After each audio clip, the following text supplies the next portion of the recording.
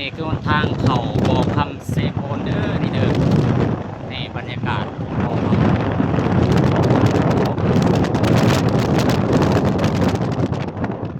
บ้านนาบอนวัดเนาะบ้านนานี่คือบรรยากาศเลยบ้านนาบอน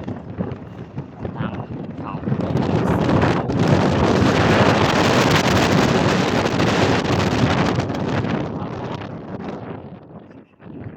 สุดแต่วันนี้เนาะทางอันนี้คือเขาบอกคนทางเขาบอกคำเซโปนท่านผู้ชมสภาพคนทางแบบนี้แหละที่เห็นอยู่ในขณะนี้ที่ปุ่นกุ้มคอนกุ้มคนทางเขาบอกคำเซโปนเด้อนี่เด้อเขากลายบ้านนาบอมาแล้วท่านผู้ชมในขณะนี้ก็กำลังเขานี่ให้ท่านผู้ชมได้เห็นตรงกันนี่บรรยากาศถนนหนทางควันกุ้มเลยนี่ที่ญี่ปุ่นคนทางเขาบ้านนาบอติดตามครับมันจะเป็นอะไรแต่ละจุดอาจจะถ่ายบรรยากาศไหนท่านผู้ชมได้รับชมนำกันอันนี้คือเราวิทย์จากบ้านนาบอมาแล้วเนาะวิทย์วังบับพอโลมาแล้วก็หนทางก็สิประมาณนี้กุ้มกำอย่างนี้ท่านผู้ชมนี่อันนี้ก็บรรยากาศบรรยากาศแคมป์ข้างทางเขาไปเมืองวีระเนาะอันนี้แหละนี่บางทางก็บรรยากาศแคมป์ทางก็จริงมีแต่ภูผาบนเดียวไปตรงนี้มีภูผาตรงไหนตรงหน้าของประชาชนจะถ่ายเป็นจุดให้นำชมนะครับชมกันอันนี้ก็วังน้ำเนี่ยบรรยากาศว่าจะเป็นอะไรกับเสียถ่ายให้เบิ่งนี่คือหนทางเขาวีระท่านผู้ชมอันนี้เฮือนประชาชนเด้อนี่สายทางถ่ายบรรยากาศให้ท่านผู้ชมรับชมนำกันหนทางเขาบอกคำเนี่ยท่านผู้ชมนี่การรถไถนานี่แกหมอกแกมันออกไปตรงไหนตรงหน้าแล้วนี่ก็สายทางเรือนประชาชนที่เป็นตามสายทางเขาบอกคำเมืองวิลาบุรีให้ท่านผู้ชมดูกันบรรยากาศว่าเป็นอะไรกันเบิ้งนี่เรือนซานแม่พี่น้องอยู่ต่างประเทศเบิ้ง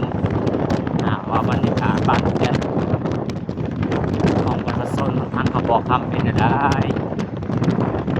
ที่เราเคยเห็นแบบได้เห็นพี่น้องในสายทาง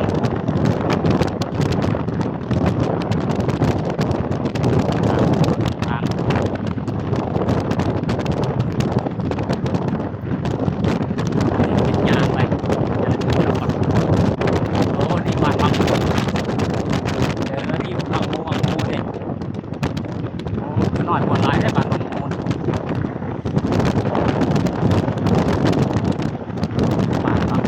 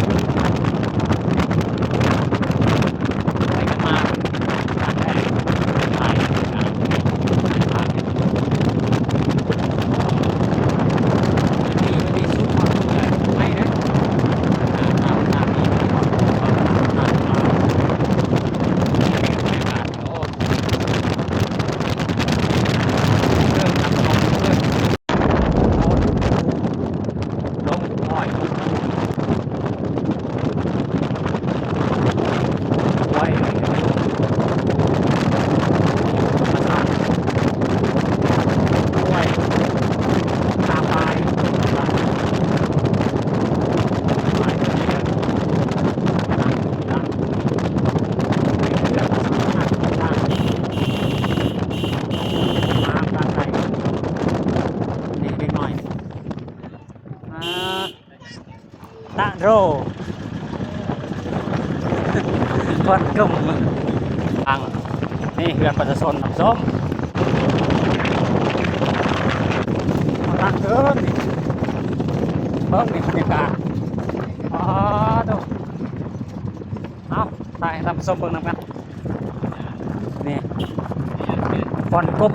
น้ำส้มนี่เฮือนประชาชนนี่เฮือนประชาชนหม้อโคตรอยู่ตรงภูเฮือนประชาชนอยู่ตรงภู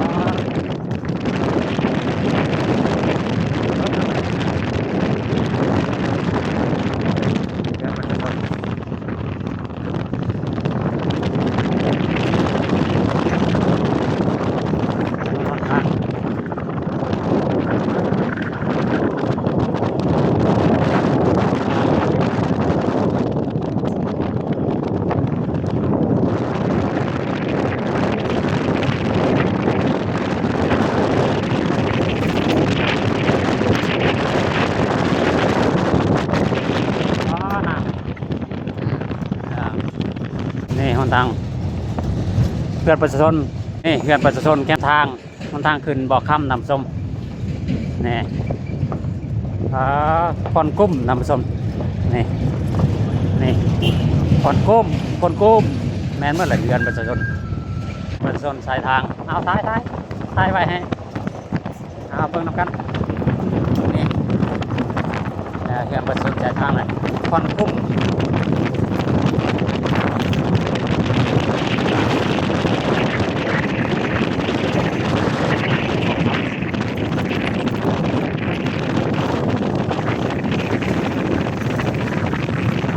ผักเศษโค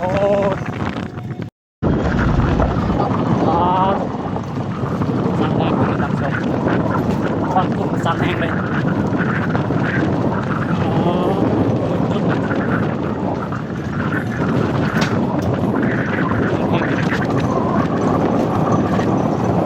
นี่ไม่น่า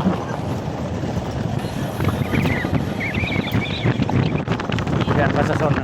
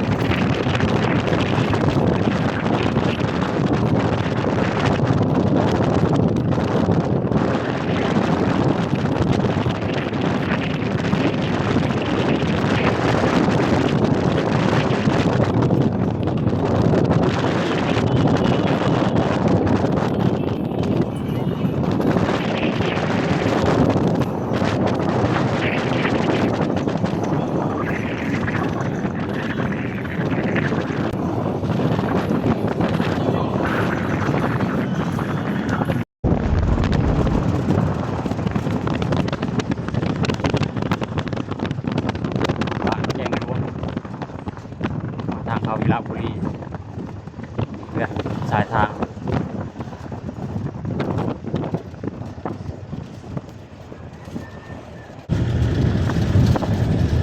เข้าแปลงทาง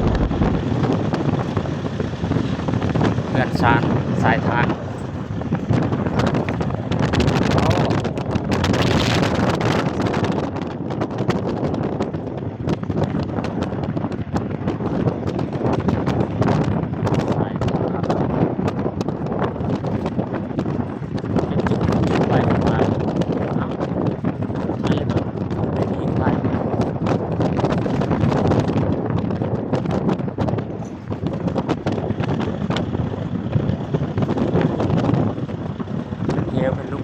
โน่นสายทาง